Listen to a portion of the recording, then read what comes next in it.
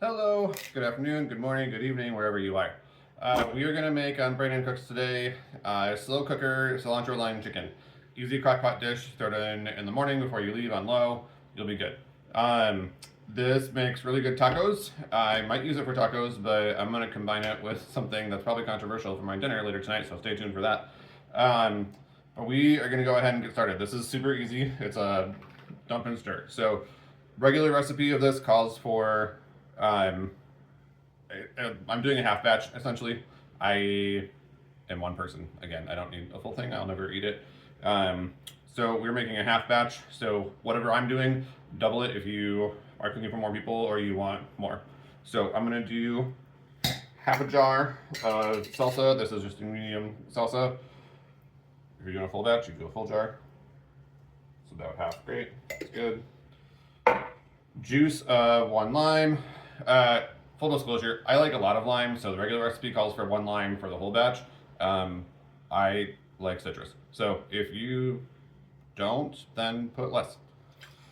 Okay, so that goes in. You're supposed to use like 3 tablespoons of fresh cilantro. I forgot that, so we're gonna do like a teaspoon-ish of dried cilantro. Yeah, that looks good. If you don't like cilantro, you have that weird gene, don't use it. Okay, and then either a half a packet or a tablespoon and a half of taco seasoning. This is from Costco. It is Spice Island taco seasoning. I once made tacos with this, and somebody told me that it was the best tacos they've ever had. Were they lying? I don't know. I don't question when someone compliments me. That's also a lie. I'm incredibly insecure. It's fine. All right, we're going to stir this together. I also just got home from the grocery store, so I'm a little flustered, but that's what happens on weekends when I don't have a lot planned. So stir together. Good, great, awesome.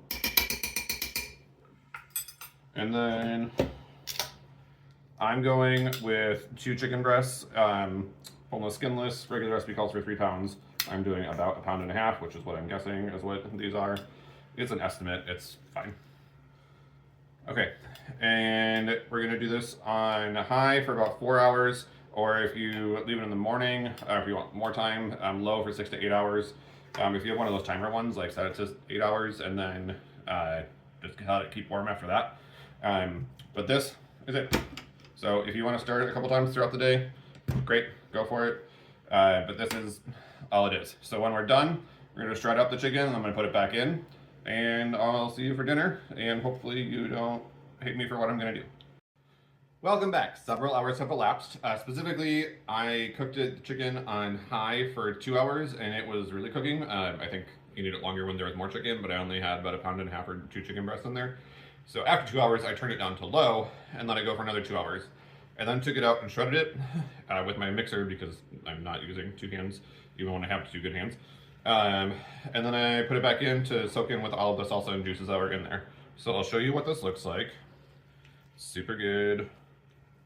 You can use a stand mixer or a hand mixer. Just, it works either way. But anyway, that's what a beautiful chicken looks like. I said I was doing something kind of controversial.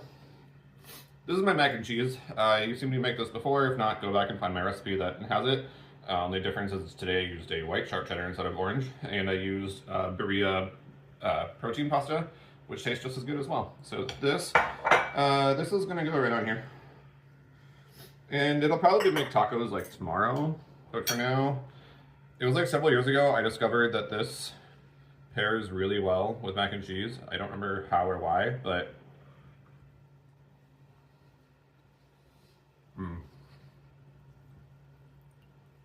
yep, that's good.